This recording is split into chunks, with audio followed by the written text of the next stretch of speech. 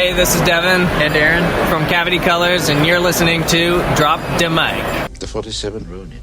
Do you know it? 47 samurai whose master was betrayed and killed by another lord. They became Ronin, masterless samurai, disgraced by another man's treachery. And for 3 years they plotted, pretending to be thieves, mercenaries, even madmen that I didn't have time to do. And then one night they struck, slipping into the castle of their lord's betrayer, killing him. Nice. Like that. My kind of job. There's something more. All 47 of them committed seppuku, ritual suicide, in the courtyard of the castle. Well, that I don't like so much. Welcome back to our San Diego podcast. This is our special end of the month episode where our good buddy and frequent collaborator, Mr. Chris Pawlak, hijacks the show to talk about a film that he loves. What's up, man? How are you? I'm good, man. How are you? I'm pretty doing well. All things considered. Awesome. Got some changes since the last time we spoke. I'm back at work. Nice. So that's good, man. I was really excited to get back, and it's nice to be working and nice to be making my own money again. Awesome. Congratulations on that, being able to go back. Not having to find something new. That's always, reassuring, I would think. Yeah. Yeah, it was nice, but, I was well taken care of in that time. I mean, always in constant contact with people at the job, and they always checked in with us, so it was good. I knew that I had a place to go back to eventually. All right. So this is episode 217, Honor Amongst Thieves. In this case, we are going to return to the late 90s for a review of John Frankenheimer's Ronin. But first, we've got a few warm-up segments for everyone out there. And now for a special news report. Brought to you by Drop the Mic. All right, so because you are our local projectionist, I wanted to ask you, what were your thoughts about Pacific Theaters and the ArcLight closing their doors permanently? I was really sad to hear that. I mean, it's a movie theater. I realize that Pacific is a regional movie theater, unlike AMC or Regal, who I know was rumored to be having trouble last year, but are doing fine and will continue to do fine. But Pacific being regional, I was sad to hear that. Not only because it's, the closing of movie theaters, but also for those of you who don't know, and even you who may not know this, like Pacific Theaters was the first company to employ me. Oh. And that's where I learned how to be a projectionist. So it's kind of a nostalgic thing for me to hear about Pacific Theaters from time to time, and was sad for me to hear that they're going to close their doors. Now, ArcLight, which I love, is a good theater company, and you and I have been to the one up in La Jolla up here many times. Yes. So I really like their setup and their programming. They have great repertory programming where they play a lot of the older films. So I'm sad that is going to be ending. I'm hoping that other theaters will kind of run with the repertory. But I am fairly certain that, I don't know about regular Pacific Theaters, but I'm fairly certain that somebody else will buy ArcLight. Their most famous location is obviously the Cinerama Dome in Hollywood. Yes.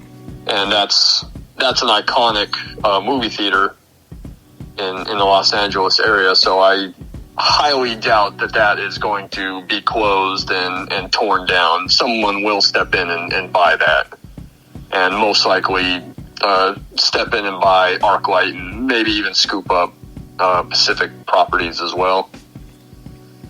But it's still sad, this year has been hard. on a lot of people for a number of reasons, and movie theaters especially because they've been shuttered for the most part around most of the country for the majority of this time. So it's sad to know that some theaters did not survive, and there's smaller theaters that I know haven't survived either. So hopefully someone will step in. I know that one of the articles I read had mentioned Sinopolis at one point. It was a potential buyer. Hopefully they can step in and take over those locations and keep their ArcLight locations. Obviously, the Cinerama Dome. So hopefully that's going to be good news a little bit later down the road. Yeah, because then it's like we're not really losing we're losing, I guess, the management, but not the structures themselves, essentially. Yeah, and ArcLight's a good setup. I mean, those are nice locations. I always liked how, they will not let anybody in post, start of the film. Yeah. Or at least, a few minutes into the film. They have very few trailers, which is good because sometimes you get stuck in that trailer loop and you're watching ads and trailers and commercials and everything for 20 minutes. Yep. And what I liked about ArcLight was it was, maybe a trailer for an upcoming film or a special presentation they had, and then right into your main feature. So that's amazing. I didn't know that was part of their policy where they wouldn't let you in the film if you were late. Yep. Because I remember I went to see the OG Scream there a few years back, and I think it was the ArcLight La Jolla, and we must have been maybe 5 minutes late, and they didn't want to sell us the tickets, and I was really confused because nobody, it was an empty house there, nobody had bought tickets, so we were not disturbing anybody. And they charge you a shit ton of money for one ticket for an old movie. So why would you? I couldn't wrap my head around them trying to turn us away. But I threw a fit because we went all the way down there, so they let us in anyway. But I had no idea that was a part of their I guess protocol. Yeah, I mean, there was no one in the theater when you went to see Scream, and my guess is they figured, well, no one had showed up, so we're not going to run the projector. We're going to save on energy and electricity. Isn't it by law they have to run it, but they'll turn off the bulb or something like that? Yes, I think for a certain time. Oh. With a new movie, you have to run it X amount of weeks, even if no one's in it. You turn off the bulb, cut the sound. But I don't know, especially if it's an older movie, if they still need to do that. Oh, okay, yeah. I mean, with newer movies, the contract and what the deal that they have with the studio and their digital. Their digital contract that usually dictates what they need to do, or if they need to actually let the movie play through to the end, and they'll just cut the lamp and cut the sound. Because I remember doing that when digital started to take over at some of the locations I worked at. They had to let the movie run even if no one was in it, and we would just turn off the lamp and cut the sound. But yeah, you're right about their ticket prices. Their ticket prices were always a little steep, even if you're watching an older film. Yep. That's one thing that I wish. If it's an older film or the repertory, then have it just be a flat $10 or something instead of what was it, 18? Yeah. Yes. I think $18 the last time I went to ArcLight.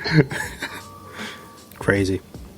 Then again, I was watching a special presentation of Once Upon a Time in Hollywood on 35 mil, so maybe that was why the price was a little bit higher. Also, for that experience, I would pay that. Yeah, it's for seeing a movie on film. I don't mind paying it, and I don't mind contributing to, for like older films if that's really what they want to do. But you're right. Sometimes it's, I'm paying just as much to see this as I would if I was watching, whatever brand new, big blockbuster movie had come out that day. But gonna miss the ArcLight. Hopefully it comes back. I mean, that UTC you mentioned, we went up to the La Jolla one. The UTC mall was completely renovated around that brand new ArcLight theater that opened up in 2012. Mm-hmm. So it'd be a shame to lose what is a major anchor in that mall. But someone will step in and buy it. I'm sure of it. I sure do hope so. But did you were saying off air you don't have any news for us this week then? No, I flipped through some news stories and nothing was grabbing me, so I'll let you handle that if you have any. If not, then we can move on down the line. What about Digital Underground, Shock G? Oh man, bummer. And what's crazy was I was just listening to Sex Packets like not too long ago, maybe last week or 10 days ago. And then when my friend told me that the other night when we were talking, but I don't know, when did you guys mention that on the show? When did you record last week? I think it might have been the day that because I remember I found out and I immediately texted you because I was like, he's gonna care. Yeah. And then I think we recorded that same night. We recorded Thursday, like late at night, I think. Yeah. So that was definitely after the news had broke, because that's when you texted me, and that's when my friend had told me. Digital Underground. They were a good one of the old school hip hop groups that I used to love listening to and still do, as evidenced by me listening to Sex Packets not more than a week before. Yeah, R.I.P. man. All these it's crazy. I feel like all these deaths keep happening in 2021. Yeah, I mean 2021 has just been an extension of 2020 for the most part. So far, yeah. In a lot of aspects, it sucks. High hopes for 2022, maybe. Just keep pushing down. 2024 is gonna roll. I wanted to get. Do you have any spicy takes on the Oscars this year? I know you're not a big fan of award ceremonies at all, as I am not as well. But any thoughts on it? Well, I thought it seemed like they were just kind of hell-bent on having a ceremony when it was probably not the greatest. I know a lot of people didn't show up, either because they couldn't travel or just didn't want to take that chance. Including Sir Anthony Hopkins. Yeah, who, from everything I read, apparently they had structured the whole show kind of differently this year with, things in different order. Because usually you have, Best like Picture is last, right? Yeah, you have best director, best picture are the last two awards of the night. That's what this is building up to, and apparently they did things differently this year and kind of set aside best actor to be last, which was it sounded to me from everything I read like they were trying to set up, Chadwick Boseman to win a posthumous award. Mm-hmm. For his work in Ma Rainey's Black Bottom. And that's because they held off on it. I guess that was the expectation to a lot of viewers. And then the award got given to Anthony Hopkins. And then everyone was like, oh, well, what was all that build-up for? Why did they hold that specific award to the very end if there wasn't going to be any drama to it? Yeah. And then because Anthony couldn't or didn't show up, they just end the show there. Super awkwardly. Yeah, Yeah, it's really weird. Now, he doesn't live in the United States. He might have not been able to travel